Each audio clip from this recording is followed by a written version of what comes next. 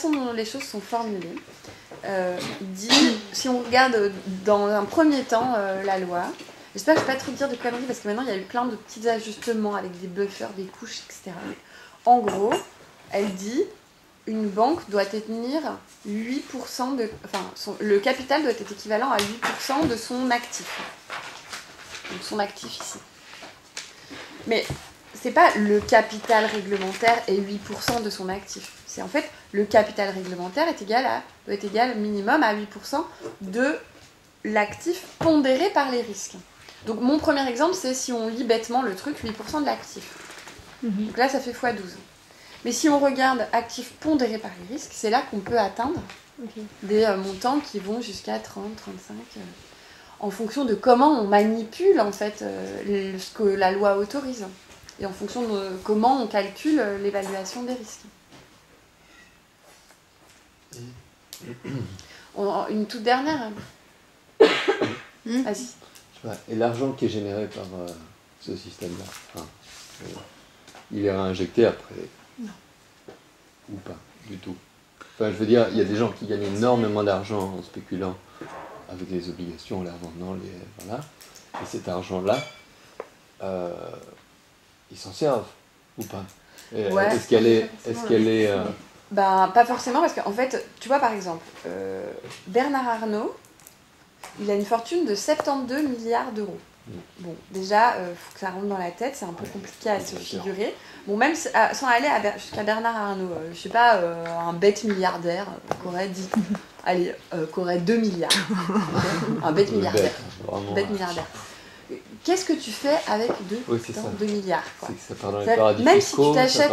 Ouais, non mais c'est ça. Même si tu t'achètes une méga baraque, et une deuxième, une troisième, une quatrième, tu t'achètes un yacht, tu t'achètes un avion, t'as pas encore dépensé 2 milliards, hein. Tu te fais à bouffer dans les meilleurs restos, tu vois, tu dépenses à c'est des mauvais consommateurs, ouais. Alors, ça, c'est la première chose, c'est que tu peux pas mettre tout ça dans de la consommation de réel. Donc, il y a toute une partie qui va partir là-dedans, qui va continuer à alimenter le bazar, quoi.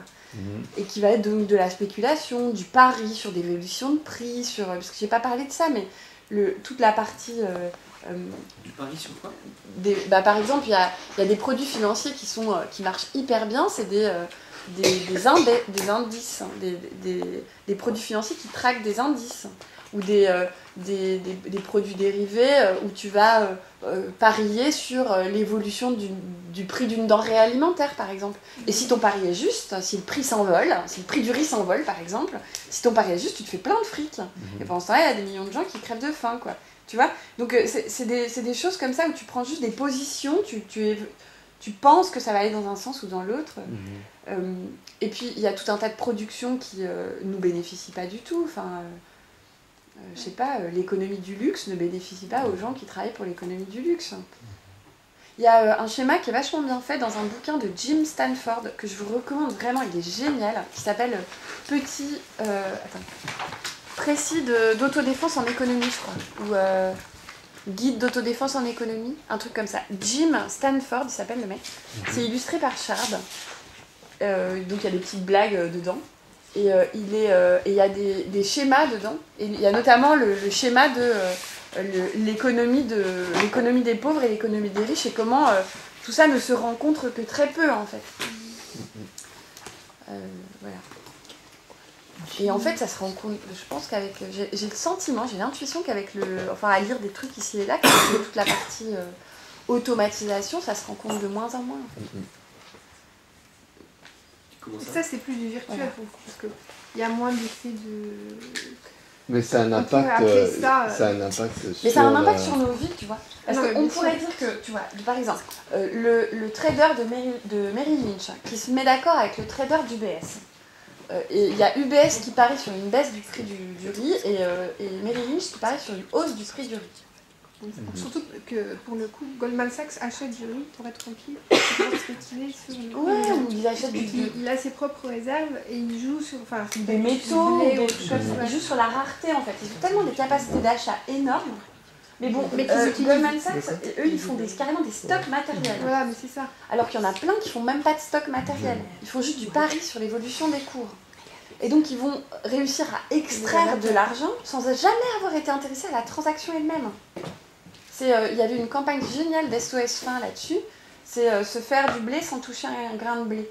Et mais vraiment, c'était super intéressant leur campagne, c'était bien foutu.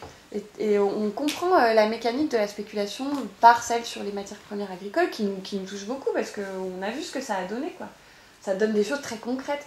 Et donc oui, ça paraît virtuel dans le sens où c'est juste des paris comme si tu vas au casino. Vraiment, l'image du casino, elle est très bonne. Mais ça a un impact sur la vie réelle des gens, quoi. Parce que tous ces paris-là ont, in fine, des conséquences sur le prix réel auquel s'échangent les biens. En fait, c'est ça. La sphère de Paris a une influence sur les prix réels auxquels s'échangent les biens. Et donc, il pourrait y avoir une excellente récolte du riz, mais s'il y a eu trop de paris financiers, eh ben, le prix ne va pas devenir très bas parce que la récolte est excellente, il va être soutenu ou même augmenté parce qu'il y a eu beaucoup de paris dans ce sens-là. Et donc, du coup, la hausse du prix du blé, c'est pas les paysans qui vont la toucher, hein, parce que leur récolte, elles ont été achetées à l'avance et tout ça, et donc du coup, toute la hausse va bénéficier à ceux qui parient sur le riz. Et donc, le paysan, il va vendre à ce prix-là, le consommateur final, il va vendre à ce prix-là, et entre les deux, c'est les financiers qui se sont fait la thune, quoi. Je suis censée raconter un autre truc, là, maintenant. Ouais.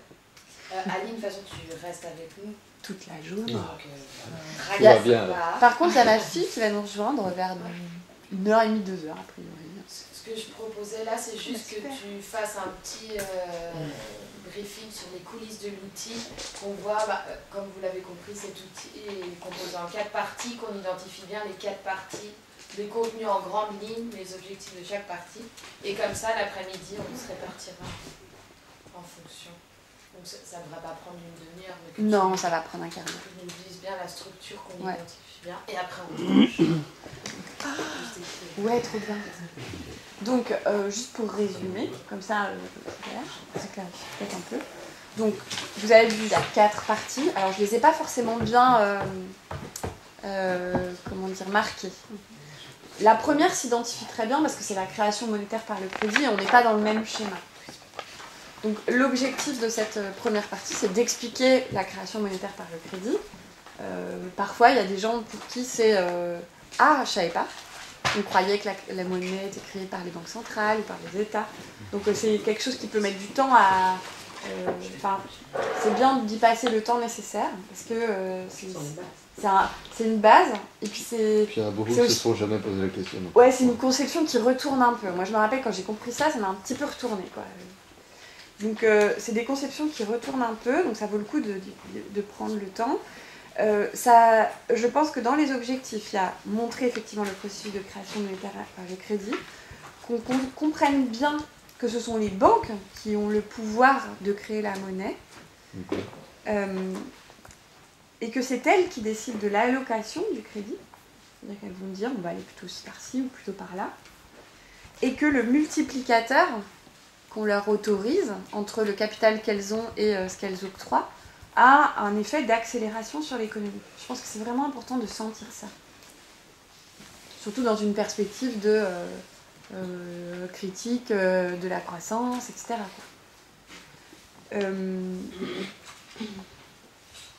Et alors après, les bonus, c'est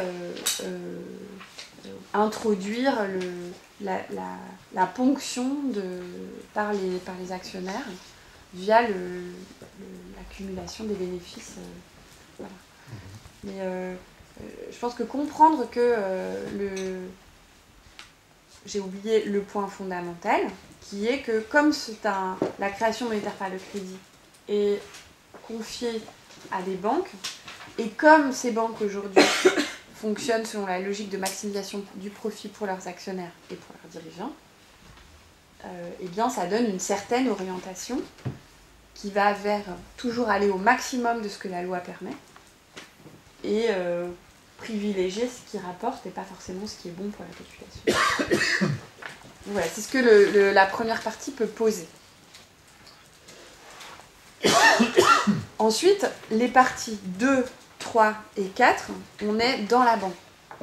Alors vous pouvez, pour vous amuser, si ça vous amuse, de vous dire, voilà, moi je suis la boss, ou je suis le boss, on va faire ça, on a nos équipes, etc. Il n'y a pas besoin de toutes ces fioritures-là, ça dépend, c'est comme on le sent.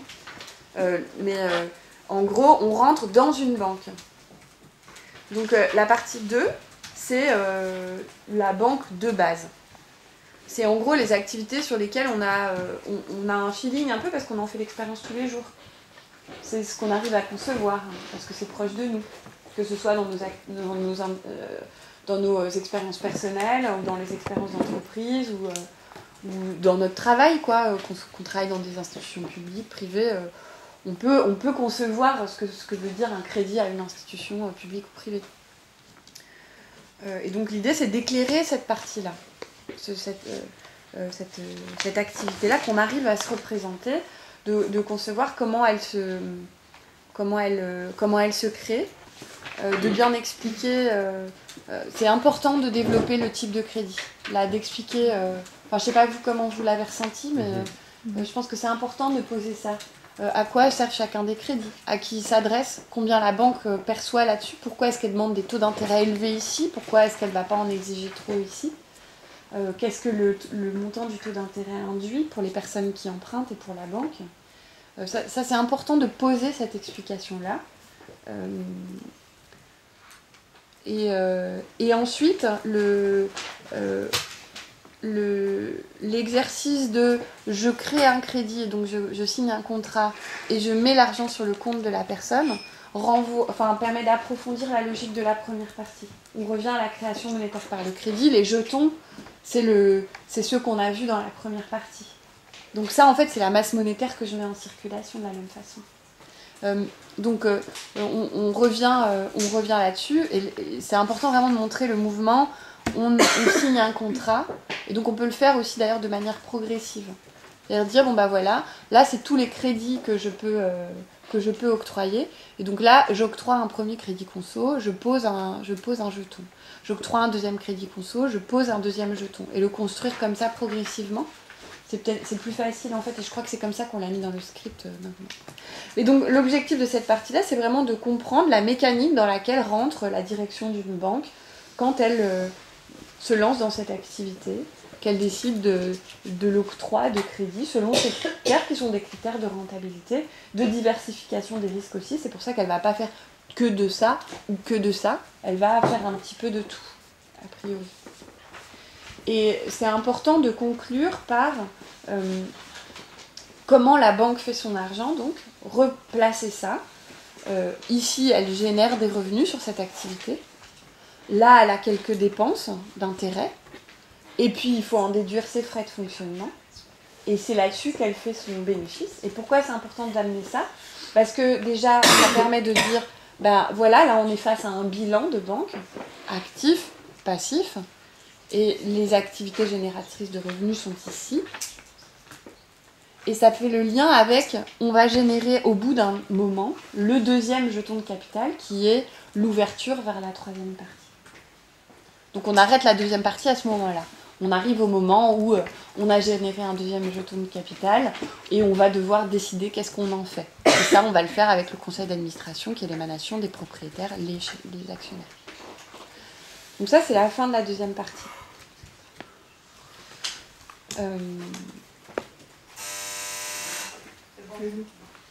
Il est quelle heure ? Midi et demi. Oui. Oui, le deuxième jeton, là, c'est déduction faite évidemment des frais, etc. Oui. C'est du profit, vraiment. Oui, mais il y a une partie du profit qui est quand même retournée dans la poche des actionnaire.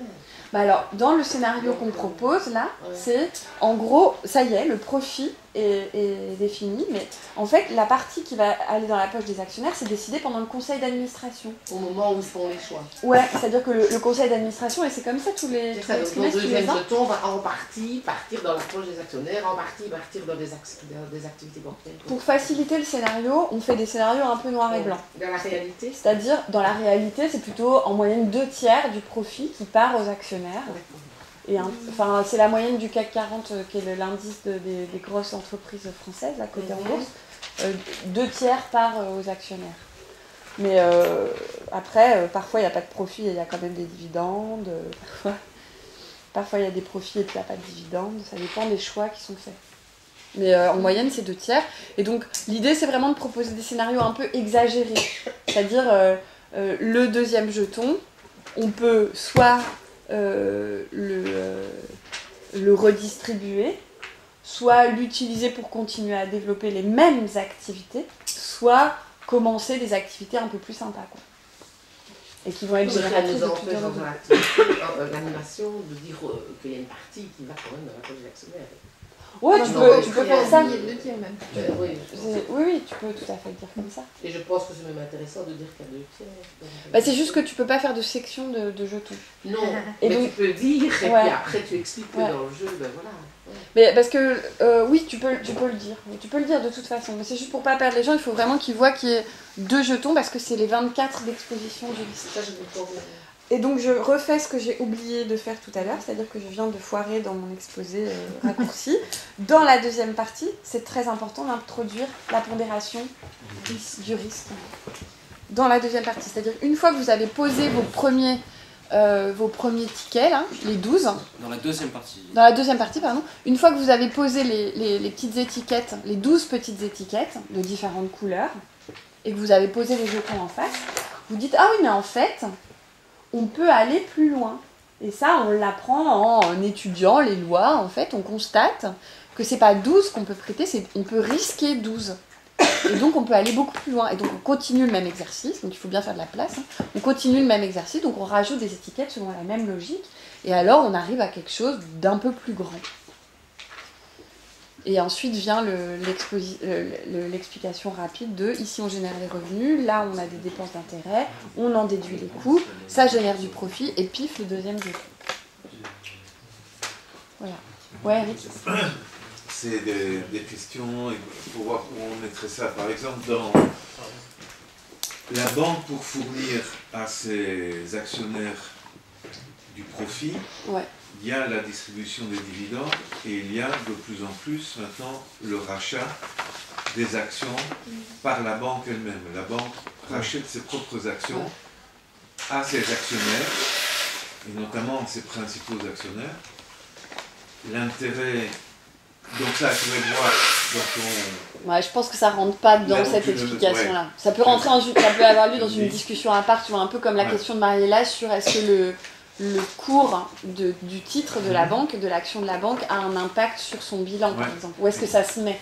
Cette question-là, elle va pareil, parce que les banques, elles rachètent leurs actions pour soutenir leur cours. Et donc, si tu veux répondre à cette question-là, est-ce que le cours, mais donc, je vais juste dire comme information, donc l'intérêt aussi de racheter ses propres actions en tant que banque, l'intérêt pour les actionnaires, c'est que quand vous distribuez des dividendes, c'est un revenu, un profit qui est taxé.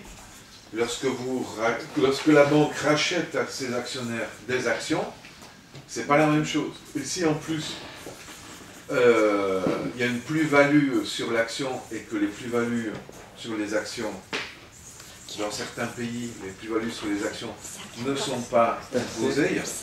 Donc, c'est une manière de distribuer du revenu aux actionnaires en évitant pour eux de payer l'impôt.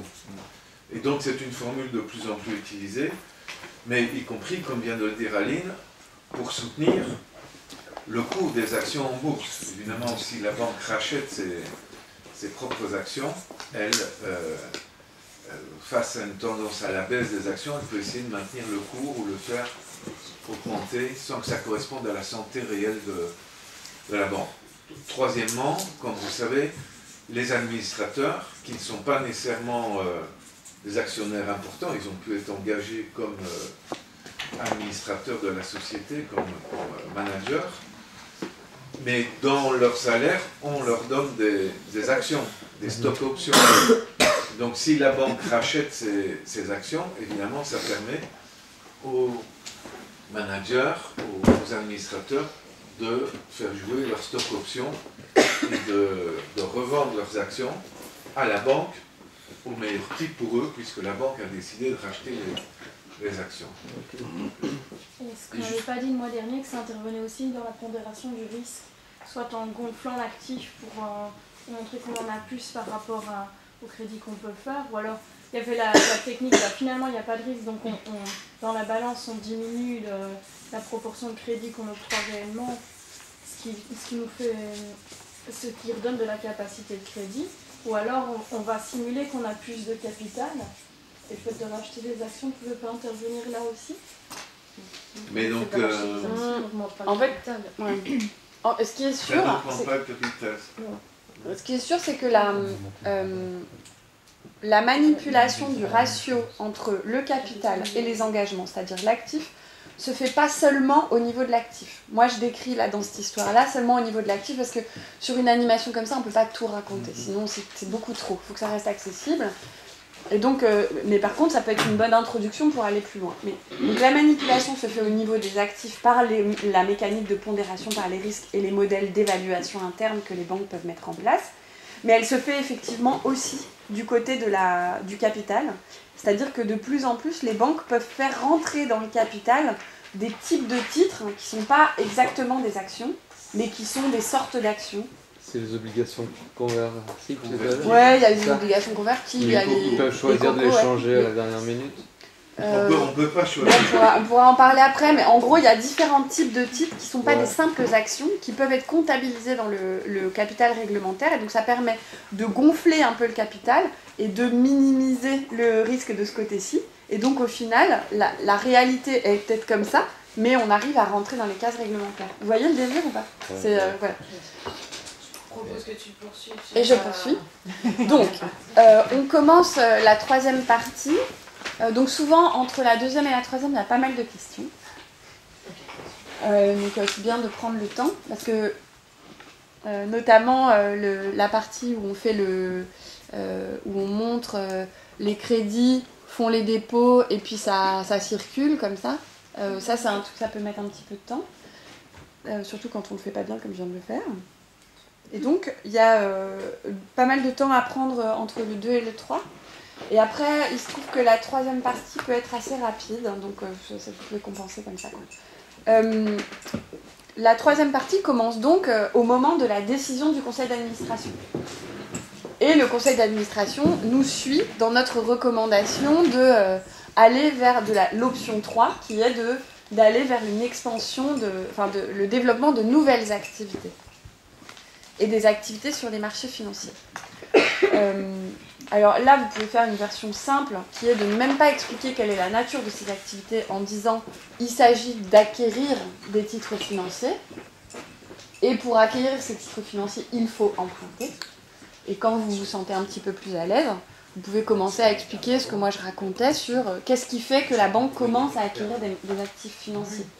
Parce que d'abord, la justification, c'était j'accompagne les entreprises dans leur financement. Et donc, c'est qu'en fait, à un moment donné, le conseil d'administration a besoin d'argent. Non, on veut que ça lui rapporte davantage. On veut que ça lui rapporte davantage. Ouais. Donc de ce fait-là, il crée des obligations. Là, j'ai un truc que j'ai pas capté. Ça, là ? Ouais. Parce qu'à un moment donné, là, l'objectif, c'est de gagner plus d'argent. Ouais. Donc d'investir ou de rentabiliser plus. Et c'est là que j'ai pas trop compris. En fait, c'est ça la logique. En fait, dans quoi on rentre, c'est la logique du levier. C'est-à-dire que si tu as 1 et que tu investis 1, ton bénéfice va être calculé sur 1. Et donc, disons que tu fais 10% de bénéfice, tu auras investi 100. Disons 100, voilà, c'est plus facile. Tu auras investi 100, tu vas gagner 10. Donc à la fin, tu as 110.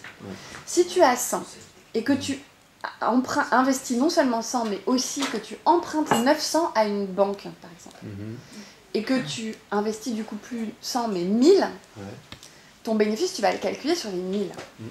Et donc, ton bénéfice va plus être de 10, mais de 100. Et donc, à la fin, tu auras 200 et pas 110. Donc, tu auras doublé ta mise. C'est toute la logique du levier. Et donc, l'idée, c'est que la banque utilise ce levier parce que plus elle sera grande pour un même montant de capital, et plus il y aura de bénéfices qui seront engrangés au bénéfice des actionnaires. Okay ? Le fait est que cette activité de crédit est lucrative, mais elle n'est pas nécessairement aussi lucrative que celle-ci. Le fait est aussi que cette activité-ci suppose d'abord d'emprunter de l'argent à d'autres personnes. Oui, c'est ça. Et donc là, on fait vraiment jouer le levier de l'emprunt. Et donc la banque va emprunter. Mais elle ne va pas emprunter seulement à d'autres banques, parce que ça a une capacité limitée. Elle va faire des emprunts sur les marchés financiers. Et donc en gros, qu'est-ce que ça veut dire faire des emprunts sur les marchés financiers? Ça veut dire que la banque dit « Oyez, j'ai besoin d'emprunter, vous pouvez acheter des morceaux de ma dette, en fait, et dans 3 ans, je vous rembourse, et tous les ans, je vais vous payer un coupon d'autant, donc ça veut dire les intérêts. » Qui sont les acheteurs? C'est qui les marchés financiers? Tout un tas d'acteurs. Donc je vais rester dans la structure. En fait, c'est juste que aussi ça devient un peu long, je pense, pour certains Ouais, qui à se réserver, à commencer un peu plus tard et se réserver les questions avant. On peut adapter. Donc le deuxième point important, décision OCA, on développe les nouvelles activités sur les marchés financiers, et pour faire ça, on va emprunter nous-mêmes. Et donc on va émettre des obligations, qui sont en fait juste une autre forme d'emprunt que l'emprunt bancaire. Des gens vont nous prêter, et avec cet argent, on va acheter des titres. Et ce qu'il est important de montrer, c'est qu'on le fait on grandit petit à petit, tant que je gagne, je joue. Et on emprunte, et on achète des titres. Ces titres, c'est soumis à la même logique. Et donc, selon ce qu'on achète, selon les notations qu'il y a sur ces titres, ça va rentrer ou pas dans le calcul de pondération par les risques. Et puis on continue, et on termine, le dernier point dans cette troisième partie-là, on termine par la nouveauté qui vient d'arriver sur le marché. Et ça, c'est les titres derrière lesquels il y a les crédits subprimes. Et vous pouvez expliquer plus ou moins en détail ce que c'est que des titres subprimes, pour montrer que il y avait des titres risqués, une assurance, une agence de notation qui fait que globalement c'est bien, mais surtout que ça nous permet de ne pas rentrer dans la pondération des risques. C'est gratuit, entre guillemets, mais qui avait des risques inhérents derrière. Et on est d'accord qu'il n'y en a plus des subprimes, maintenant c'est d'autres formes. C'est-à-dire que il y a toujours des choses. C'est plus que les subprimes c'est fini, il ne faut pas exagérer, et que c'est d'autres formes de. Il y a d'autres formes de subprimes. Ouais, tu as tout le crédit consommation, on en entend parler, tu entends le crédit automobile. On verra après. Merci. C'est surtout que je crois qu'on est en train de perdre des gens. Mais vraiment, je les note, les questions comme ça, si vous voulez, elle remarque. Soit sur les tableaux et pas dans vos têtes quand vous mangez. Moi, je vais bien les noter. Ok. Tu manges. Voilà. Et donc, ça, c'est la fin de la troisième partie. D'expérience, à la fin de la troisième partie, il y a tellement de suspense qu'il n'y a pas vraiment de pause avant la quatrième. Mais il peut. Et donc, souvent, on enchaîne la troisième et la quatrième. Et donc, la quatrième partie, c'est tout d'un coup, alors vous pouvez avoir des petites bombes derrière ou pas, mais tout d'un coup, il y a quelque chose qui ne vaut plus rien. Et ce quelque chose, c'est les crédits subprimes, parce que tout d'un coup, les titres ne valent plus rien. Et ce qui est important de dire, c'est que toutes les banques en avaient, mais personne ne savait combien. C'est vraiment très important parce que là, c'est l'écroulement de la notion de confiance entre les acteurs de marché. Donc c'est important de dire ça parce que c'est ça qui introduit le fait que le lendemain, les banques vont se demander l'argent. Et donc là, on a la partie, l'explication sur le fondement du crédit interbancaire. Le fondement du crédit interbancaire, mais surtout la cessation de paiement de la banque. Elle est en cessation de paiement. Et le deuxième point à expliquer, vous pouvez les expliquer dans l'ordre que vous voulez en fait. Le deuxième point à expliquer, c'est qu'est-ce qui se passe, et c'est peut-être ça, il faudra peut-être qu'on passe un peu le temps pour le faire bien, qu'est-ce qui se passe quand il y a des titres qui ne valent plus rien, l'impact que ça a sur le capital, parce que c'est les actionnaires qui prennent les profits, et donc c'est les actionnaires qui prennent les pertes, et que ici on est en faillite, parce qu'on n'a plus de capital, ou plus assez par rapport aux besoins réglementaires. Faillite plus cessation de paiement, on ferme la boutique le soir, et on sait que le lendemain matin, soit on ne fait rien et on est en faillite, effectivement, et donc tout ça est bloqué, donc il faut bien expliquer la prise d'otage, là. Soit, et c'est ce qui a été choisi, on fait appel au ministre des Finances. Et donc cette partie de l'histoire, en général, ça fait écho, parce que tout le monde s'en rappelle de ça. Enfin, la plupart des gens s'en rappellent. C'est même la plus facile. Ouais. Et donc on peut conclure en faisant moi j'ai proposé les 3 recommandations minimales, mais il y en a plein d'autres qui sont liées à tout ce système-là. Mais c'est, je pense, celle qui arrive le plus naturellement de cet exposé. Le capital, l'interdiction de ces activités-là dans les institutions de crédit et la socialisation du crédit. Enfin, des banques. le contrôle populaire sur les banques propriété publique.